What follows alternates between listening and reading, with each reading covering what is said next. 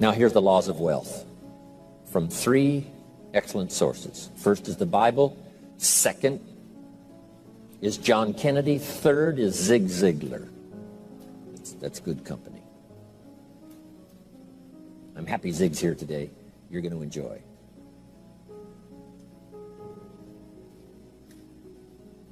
The wealth formula. Okay? First, I've already quoted from the Bible. He that wishes to be the greatest, find a way to serve the many. So that's the first key to the wealth formula. Service to many, finding a way. Now, some may have a wish to serve many, but you need a way.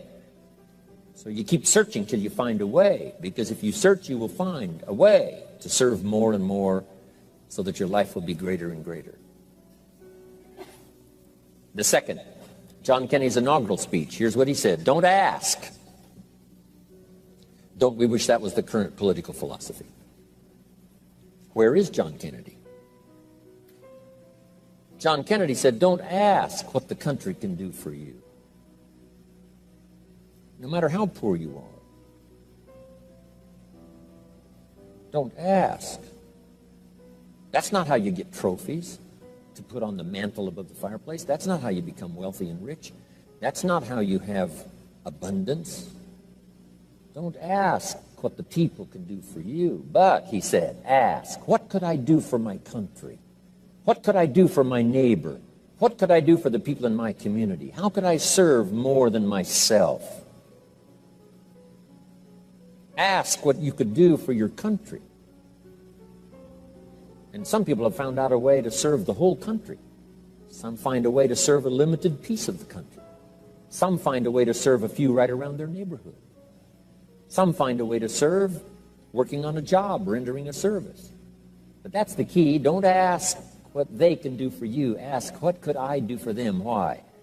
Asking, what could I do, and beginning the process starts wealth moving in your direction. Key phrase, whatever you move toward tends to move towards you. If you move toward intelligence, it seems now to move towards you. God says, you move toward me, and I will move toward you. You take human steps, I take God's steps, I get there very quickly. Whatever you move toward, if you move toward success, success seems to start coming your way. So figure out what you could do to make the move, to begin the early qualifications, and then sustain the qualifications, and success is yours, and health is yours, and all valuable things are yours.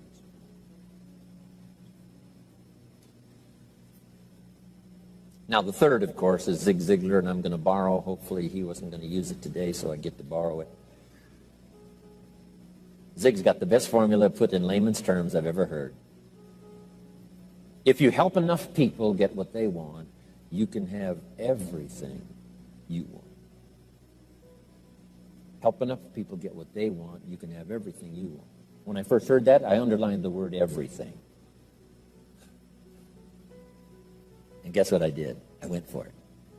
If you help enough people get what they want, you can have everything you want. Here's another way to put it. If you help enough people get what they need, you can have everything you need.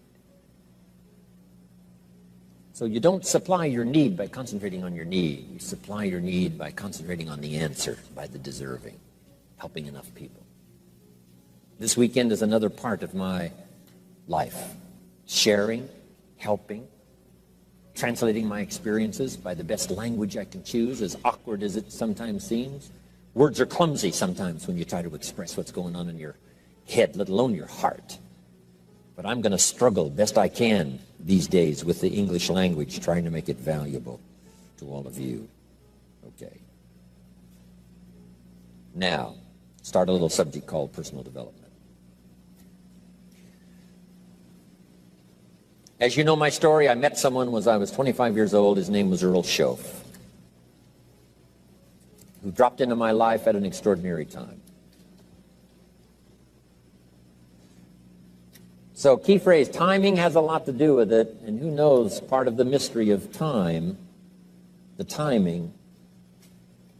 Part of the timing one I just had that experience that I've shared in other seminars when the Girl Scout knocked on my door.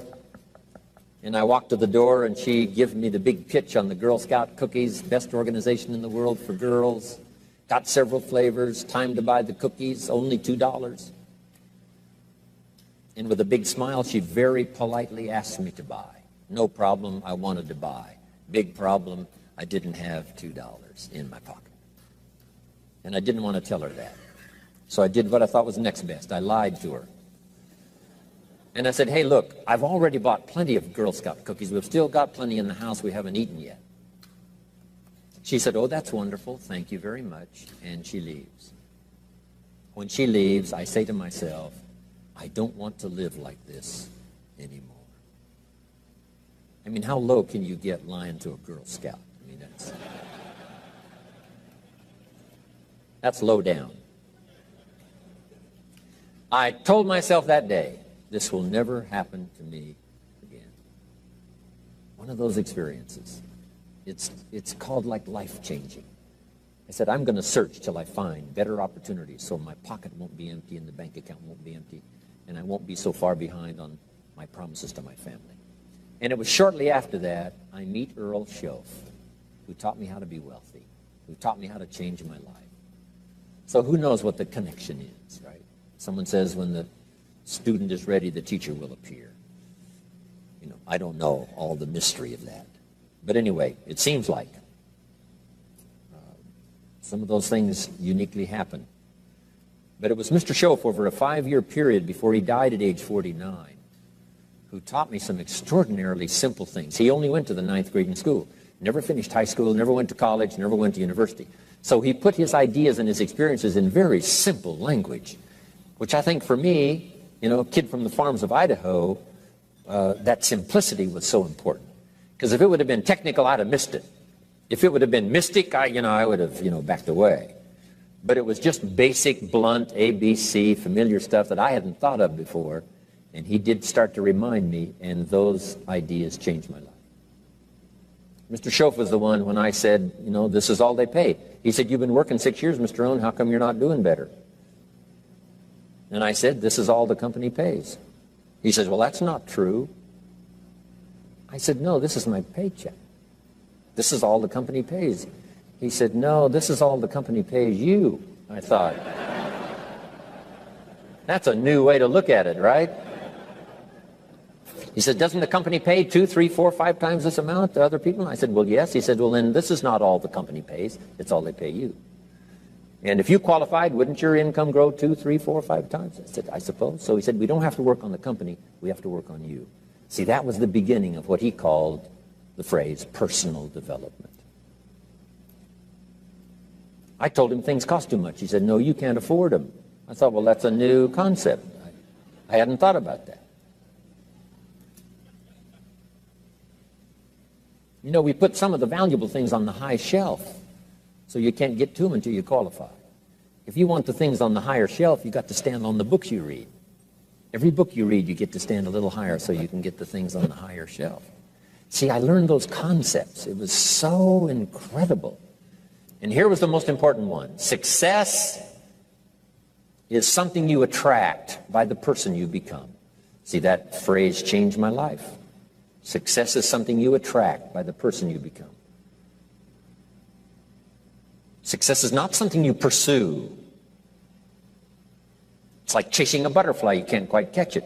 Success is something you attract by becoming an attractive person. See, those were new concepts to me. I'm just working hard trying to make a living.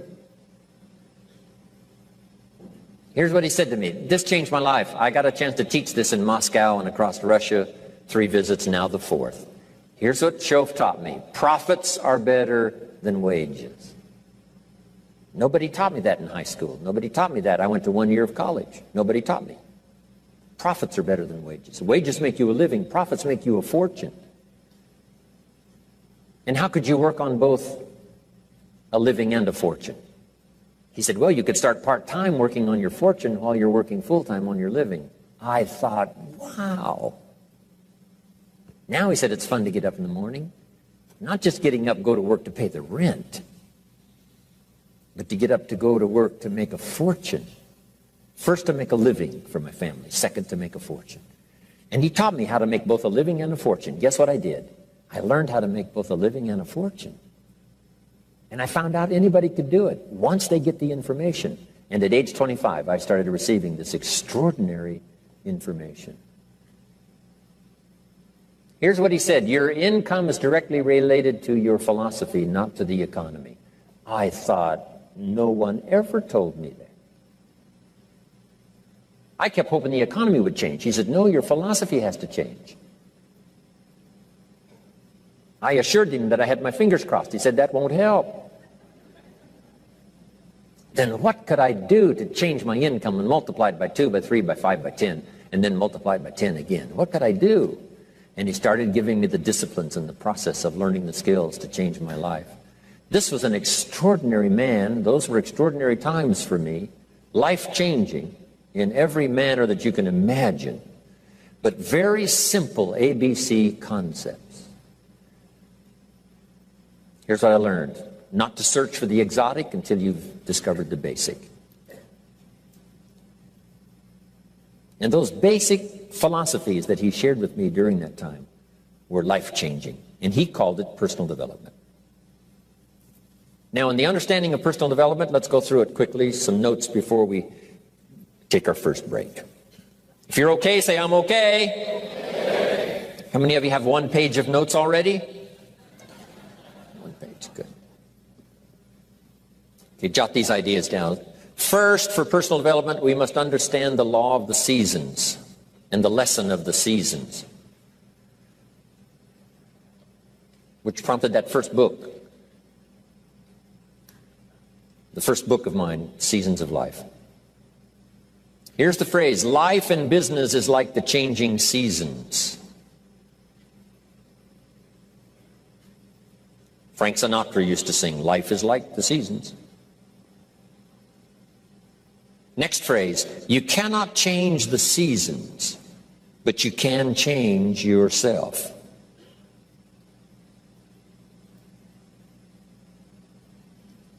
The seasons are set. As soon as we arrive on this spinning planet headed somewhere, that's the question to ask. What is the setup? First, so I can survive. Second, so I can succeed. So one of the first things to do is to learn the rhythm of the seasons. The rhythm of night and day. Day follows night. Night follows day. Opportunity follows difficulty. Difficulty follows opportunity. Recession follows expansion regularly. Expansion follows recession. Sadness follows joy. Joy follows sadness. It's called the rhythm of life. So in the seasons now, make these notes. First, learn to handle the winters. Hopefully each winter we get stronger by the process of the experience of the past winters. Learning the lessons of the past to apply to the present.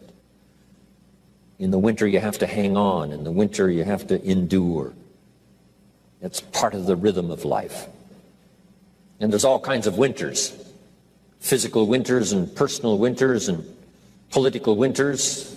Communism cast a long shadow on 1/3 of the world in that long winter of despotism. About 75, 80 years it lasted. Political winters, social winters, spiritual winters, personal winters, when things don't work well. Barbra Streisand sings, it used to be so natural to talk about forever, but used to be's don't count anymore. They just lay on the floor till we sweep them away. You don't sing me love songs, you don't say you need me, and you don't bring me flowers anymore. A song of winter. But we're all acquainted with those experiences. But here's the key. You must just hang on in the winter. Make the note. It doesn't last forever. Some winters seem longer than others. Some winters seem tougher than others. Some winters are more critical and crucial than others. But here's the note. They will pass. The night can only be a few hours. As far as we know, there's never been a double night. And the whole key to this is, surely you can make it just a few hours. Hang on. Whether it's playing a game or whether it's an enterprise, the winters do come. Mickey Mantle, my hero back in those days of the Yankees. Wow. He used to get in the batting slump. It was tragic to watch. This is the home run king. This is the fastest man in baseball. This is one of the most accomplished players ever to play the game. But he used to have these terrible slumps when it seemed like he couldn't get a hit or he couldn't get very many and he couldn't hit home runs. And someone asked him one time, what do you start changing? He said, I don't change anything. He said, what do you do? He said, I wait till it's over. Right. You just keep swinging and you just keep hanging in there until finally it passes. Maybe you need a little touch of refinement, but for the most part, here's what you have to do. Endure. Because the winter finally passes and the night finally fades away and the daylight comes and the shadows flee away. So the winters we just have to handle. Here's what's next, the spring. Spring always comes. Opportunity follows difficulty. Day follows night. Here's what spring is called, opportunity. Spring is not a guarantee. It's guaranteed to come, but it's not spring that guarantees the harvest. Here's what you must do. Use the spring to your best advantage. And you've got to hurry because spring is usually not very long. The short season of spring reminds us of urgency. If you want a full harvest, come harvest time, you've got to take advantage, but you must do it quickly. Spring is the opportunity to meet someone. Sometimes you have to do it quickly. Here's a person, you say, be nice to meet that person, but before you get a chance to say hello, they're gone. In space language, we call it window of opportunity. If the rocket doesn't launch and if the spacecraft doesn't go in an appointed time, it's got to wait for another cycle of times. If you don't get it planted this spring, you've got to wait for another cycle of seasons before you have another chance. So, the urgency of spring. Life is brief, so take advantage of every spring you can get for your lifetime. The Beatles wrote, life is very short. And for John Lennon, it was extra short. For Michael Landon, it was extra short. For my dear business colleague, Mark Hughes, it was extra short. He died at age 44. So, it's brief. Bill Bailey reminded me, it's easy to say I've got 20 more years, but here, that sometimes fakes you out, saying I've got 20 more years, meaning it looks like you got a lot of time. But here's what he said, if you go fishing once a year, you've only got 20 more times to go fishing. Not 20 years to go fishing, 20 times. So you've got to make each time count when the opportunity comes, each time. So take into account the brevity of life. My father lived to be 93, but it seemed so short. I kept asking for another 10 years, another 10 years, and finally, it ran out. But 93 is not bad, but it still seems short. So it is short. So pick up the urgency of spring now. Knock on every door to find the opportunity. Search and search till you find answers for your future. And do it quickly, because spring is short. What if you asked a farmer to go bowling in the spring? He would say, insanity. You can go bowling in the winter, but you can't go bowling in the spring. Good note to make. What to do in springtime.